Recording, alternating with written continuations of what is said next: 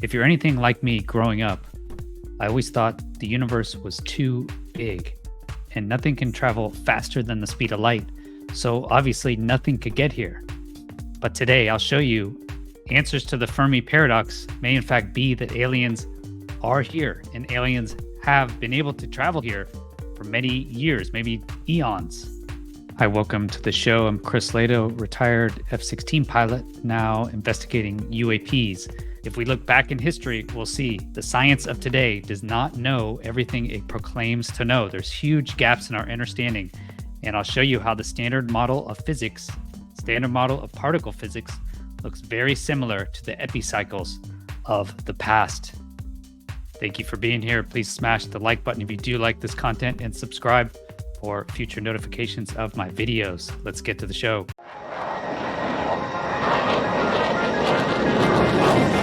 Chris Lehto. Welcome to LehtoFiles. The Fermi paradox attributed to this man, Enrico Fermi, in 1950. The Fermi paradox is the discrepancy, the lack of conclusive evidence, and the apparently high likelihood of its existence. Italian-American physicist Enrico Fermi, apparently in the summer of 1950, with fellow physicists Edward Teller, Herbert York, and Emil Konopinski, while walking to lunch, he famously said, "But where is everybody?" There have been many attempts to resolve the Fermi paradox, such as suggesting that intelligent extraterrestrial beings are extremely rare or that the lifetime of civilizations is extremely short, but so far it doesn't make sense. There are billions of stars just in the Milky Way galaxy, similar to our sun, and there are literally trillions of galaxies out there, trillions of galaxies. So why haven't we received any sort of signal? And why aren't aliens already here on the front lawn of the White House? If there's literally trillions of galaxies out there, and there are hundreds of billions of stars just in our galaxy, and as far as we know, the one sample of a solar system has life, the solar system that we're in, then the question is, where are all the aliens? Growing up, my own understanding was that you could not travel faster than light. Nothing can travel faster than light. That means it would take forever for any other extraterrestrial organisms to get here. But we've seen countless examples, tens of thousands, maybe hundreds of thousands of examples of UAPs traveling faster than light. The 5 observables alone have instantaneous acceleration, hypersonic travel with no signatures, and transmedium travel. That means any ET beings should be able to travel here as long as they can go faster than light. But according to our current understanding of science, nothing can go faster than light. But is that true? Let's look back in history. This is William the First Baron Kelvin. That's his name. He was a British mathematician and engineer, actually born in Belfast, and he was the professor of natural philosophy at the University of Glasgow for 53 years. He was also president of the Royal Society. And in 1895, Lord Kelvin, while president of the Royal Society, said, "Heavier than air flying machines are impossible." He said they were impossible. And this was just 8 years before the Wright brothers successfully flew their heavier than air aircraft on December 17th, 1903. President of the Royal Society, Lord Kelvin, named the Kelvin scale of temperature. He was president of the Royal Society, and he said heavier than air flying machines are impossible just 8 years before the Wright brothers actually flew. This sounds very similar to our current understanding that nothing can travel faster than the speed of light, despite the fact that we have countless examples, tens of thousands, maybe hundreds of thousands of examples of UAPs. Again, science will not listen to these people, but UAPs traveling extreme speeds, hypersonic velocities with no signatures, and instantaneous acceleration, also positive lift without any signature of propulsion. So if we fast forward to today, just this month, look at some recent comments by famed physicists. This is Adam Rees. He's an American astrophysicist and Bloomberg professor at Johns Hopkins University. He's also a professor at the Space Telescope Science Institute. He won the 2011 Nobel Prize in Physics for evidence that the expansion of the universe is accelerating. But recent data from the Webb telescope, the James Webb Space Telescope, is challenging that concept. So pointing the Webb telescope deep into the universe, one of the points of the James Webb Space Telescope was to actually confirm Hubble's constant. Back in 2023, scientists were puzzled when a newer telescope confirmed the finding of its predecessor, the Hubble, that actually the Hubble constant is not constant. They cannot find a single number. So Reese is speculating there may be something greater going on than the numbers not adding up. Quote, with measurement errors negated, what remains is the real and exciting possibility we have misunderstood the universe. Adam Rees won the Nobel Prize for showing that the universe is expanding at an accelerated rate in 2011. And yet here he is saying that we have most likely grossly misunderstood how the universe works. That is a pretty big statement, but the data cannot be denied. And how can this be possible with all our billions of dollars spent on all these advanced instruments? How can we still not understand the universe after 80 years? It could be that our fundamental assumption is incorrect. One of our assumptions, or many of our assumptions about the universe, are actually incorrect. And if we go back in time, if we look back in history, this has definitely happened before. This is Claudius Ptolemy. He was an Alexandrian mathematician, astronomer, astrologer, geographer, and music theorist. He wrote a dozen scientific books. His model of the heavens lasted for 1,500 years, 1,500 years. Why? Because it was accurate at the time. It was accurate for what we were actually seeing. This is the Almagest. It's the only surviving comprehensive ancient book on astronomy, the only surviving one. And what it outlines is epicycles and the spheres of the heavens. Planetary Hypothesis is a cosmological work, probably one of the last written by Ptolemy. And in 2 books, it dealt with the structure of the universe and the laws that govern celestial motion. Ptolemy went beyond the mathematical models of the Almagest to present a physical realization of the universe as nested spheres, in which he used the epicycles of his planetary model to compute the dimensions. Okay, the key term here is epicycles. So in the Hipparchian, Ptolemaic, and the Copernican systems of astronomy, so for 1,500 years, the epicycle was used to explain the variations in speed and direction of the moon, sun, and planets, why they were different from the background stars. So in particular, it explained the apparent retrograde motion of the 5 planets known at the time. The retrograde motion, meaning they would go backwards in space. And secondly, it also explained the changes in the apparent distances of the planets from the Earth. So why planets would get closer and further away was from these epicycles. But what happens is it gets very complicated, extremely complicated. Look at that. Epicycles are explained well here. Can record its position in relation to all the surrounding stars. But then the next night, we check again and notice its position has changed. It was here last night, but now it's here tonight. Which seems a little sus, so we keep checking to see what happens. On night number 3, it's here. Night 4, here. Night 5, here. And so on. Mars wanders. The same goes for the other 6 planets. Yes, they called both the moon and the sun planets back then. Each of the 7 wanderers were on their own rotating sphere. It creates a mechanism that shows how they can wander. But it didn't take us very long to figure out this was wrong. All you have to do is watch Mars for a little while longer, and you'll notice something strange. At very regular intervals, it backtracks a little before continuing on its way. We call this retrograde motion. And the concentric sphere model doesn't explain it. There's no mechanism for it. It took about 530 years, but a guy named Ptolemaeus, or Ptolemy for short, proposed a fix.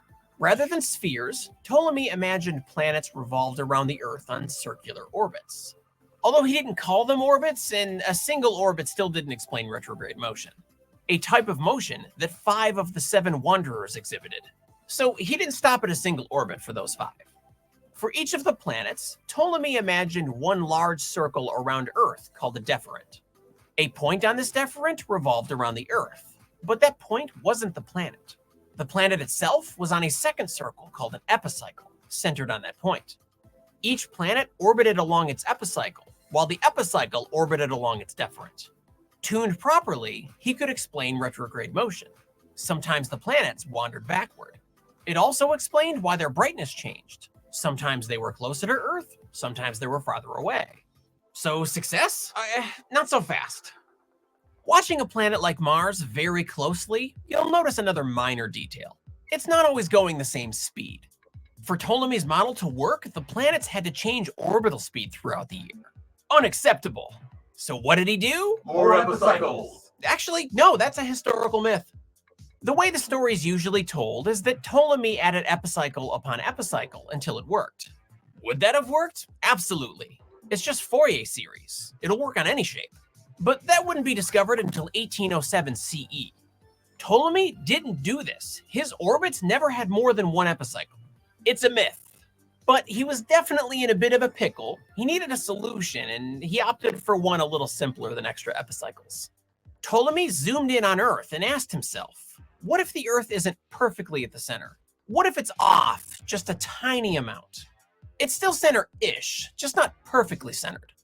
Of course, this didn't go over well at first, but this tiny fix actually worked, at least to the precision they were capable of measuring at the time. In fact, this model was so good at predicting the motion of celestial objects that it was essentially the word of the gods for 1,500 years. The amazing part of the model is that it was accurate. So it actually explained what they were seeing to a very high accuracy, at least as far as they could actually measure. Epicycles worked. And they worked so well that for 1,500 years, this is what humanity thought of the heavens and the solar system, is that everything worked on epicycles. Because from our perspective, if you do actually take Earth as the center, you can take any coordinate system you want as your center of your coordinate grid, right? If you take Earth as the actual center of the coordinate grid, this system works. It's relatively true up to the measurement accuracy that they could actually measure. This is how it actually looks. So this explained it accurately. It was an accurate model. It explained everything. So that's why they did not need a new model. They couldn't actually come up with a new model because this one worked so well. And by the way, look how complicated it is. It's extremely, extremely complicated. But since it was accurate, they could not come up with a new way. The underlying fundamental principle was actually incorrect. If you look, this is not how the planets and sun and moon actually orbit, right? They don't orbit. In fact, we have the heliocentric model, and that simplified everything drastically, right? But for 1,500 years, this is what we used. Why? Because it was accurate. It was also extremely complicated. In order to understand this model, you had to learn complicated geometry. You had to learn epicycles. You had to go into deep detail, spending so much time just learning the model that you're not spending any time looking at fundamental assumptions. What is the fundamental assumption of the model? Could that actually be incorrect? And do we see any analogies with our current day science and physics? And yes, we do.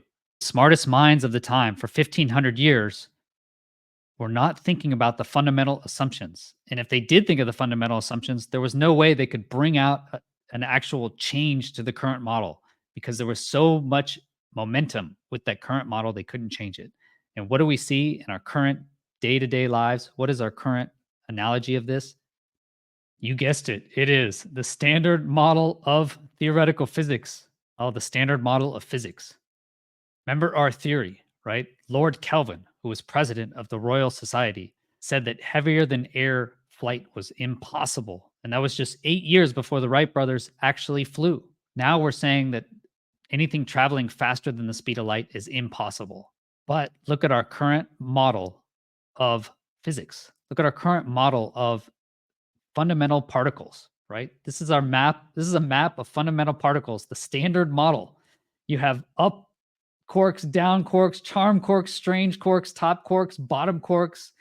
These are the bosons, right? The bosons. And then you have leptons, right? An electron is just one of the leptons. We need an electron neutrino. We need muons. We need muon neutrinos. We need taus. And we need tau neutrinos. All the fundamental particles. Look, these are fundamental particles. Can you imagine a fundamental particle? Einstein did not like this model. He'd be turning over his grave as we just add more and more fundamental particles. Are you serious? That is fundamental. Look at our forces. Like they created the weak force, the electromagnetic force, and the strong force. Okay, where is gravity in this? The standard model does not even include gravity. That's what they're looking for to try and unify general relativity with quantum mechanics. And the standard model is somehow a way to find gravity in here, but you don't need it. You don't need it. It's not in the standard model. It doesn't answer mass. What is mass? Where does it come from? That was supposed to come from the Higgs boson, right? Over here alone that we supposedly found, but have we seen it since? Look at all these crazy field interactions, right? Interaction with the Higgs field, interact with the weak field, interact with the strong field, interact with the electromagnetic field. But where is gravity? Gravity's not even in this model. It's not in the model. So the four fundamental forces that the models come up with, right? Gravity's not even included. So how can they include it? They're trying to come up with a new particle. They can just keep adding a new particle as we can just keep adding epicycles. This is what string theory, loop quantum gravity. Again, things that have never been seen. There's not even a way to falsify it. What are the other mysteries, right? Other mysteries. There's many mysteries. We have hyperinflation, right? At the beginning of the Big Bang, we have superluminal travel. So it can go faster than the speed of light, right? Things can go faster than the speed of light, but you need hyperinflation right at the beginning. Supersymmetric particles, already answered. What are supersymmetric particles? We have strange quarks. You're calling things strange and charm. I mean, it just seems like epicycles again. And when everything doesn't work, when it doesn't work out, what do they add? Things that we can't see, invisible things, dark matter, WIMP particles, dark energy. Why are there three generations, right? Why are there three generations? We have color charges. Now they use three colors of quarks, right? Three colors. This is how they use it. What about proton decay? When a neutron turns into a proton, it emits an electron. Where does that come from? The lifetime of a neutron. Do we really find neutrinos? And why is gravity so weak? Why is it so weak compared to the electromagnetic force? Never mind, why is there no magnetic monopoles? What happened to the magnetic monopole? Like we have electric monopoles, where is there no magnetic monopole? What about a Planck particle? What is time? What is space and time? None of these are answered by our current standard model of physics. And if you look, it's so super complicated. The obvious analogy is with the past of epicycles, because they can always come up with a new particle. They can always invent some new particle. Just like epicycles, you can just add another epicycle. You can add another circle, another orbit, and you can explain accurately what we're seeing, but you're not actually answering any fundamental questions. Your main assumption is incorrect. And this is why I think standard particle physics of today is just a total mess, and it's just epicycles of the past. And the main point of this, at least when I grew up, is nothing can travel faster than the speed of light. So the universe is so big, obviously nothing can reach us. But most likely, this is not the case. This is just epicycles. These are just excuses. We have tens of thousands of accounts. On last week's show, I showed numbers from Europe. Almost 10% of all cases coming out of Italy, that's 3,000 cases, were within 150 meters, 150 meters of the object. And they account the 5 observables, at least positive lift without any sign of propulsion. They have hypersonic travel with no signatures, so you're not breaking the sound barrier, and instantaneous acceleration, transmedium travel.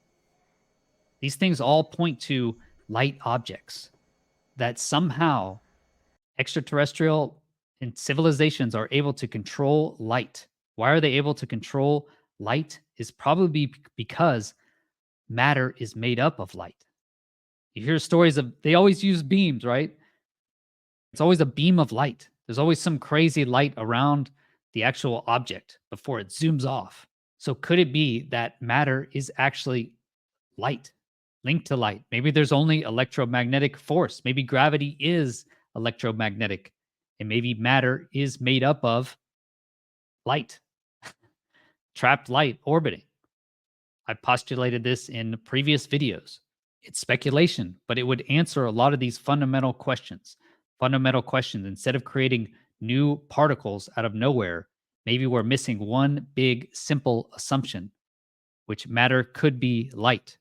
If anything, at least the standard model is incorrect. It seems to be just epicycles again, like we saw in the past.